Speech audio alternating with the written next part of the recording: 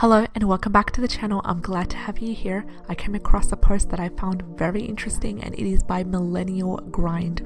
I will insert the source of the post in the description box below so you can head over there after this video. And it is called the 10 Common Law of Attraction Mistakes. First of all, limiting beliefs. Limiting beliefs can hold you back from manifesting what you want because you can be fighting against the exact thing you're trying to attract in your life. The second common law of attraction mistake is being inconsistent. The key to harnessing the law of attraction is manifestation, is clarity. You must have a clear, specific picture of what you're trying to manifest. Then we have the third common mistake, which is the fear of the future.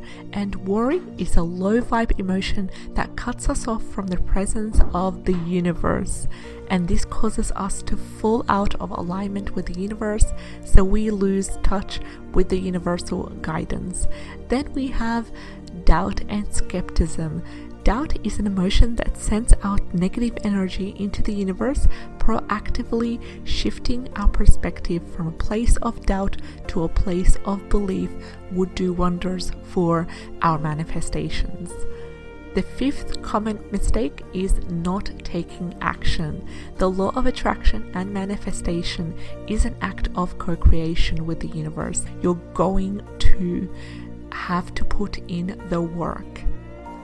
Being impatient. When you are being impatient, you fall out of alignment with the universe. Simply step back and let the universe lead the way. The seventh common mistake is not letting go. Attachment.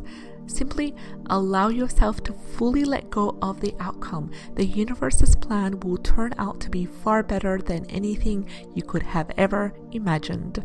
The eighth common mistake is reframe your affirmation. For an affirmation to work, it must be positive and stated in the present tense.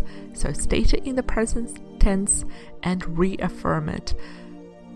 Review the affirmation you are using and reframe them to increase your alignment with the universe.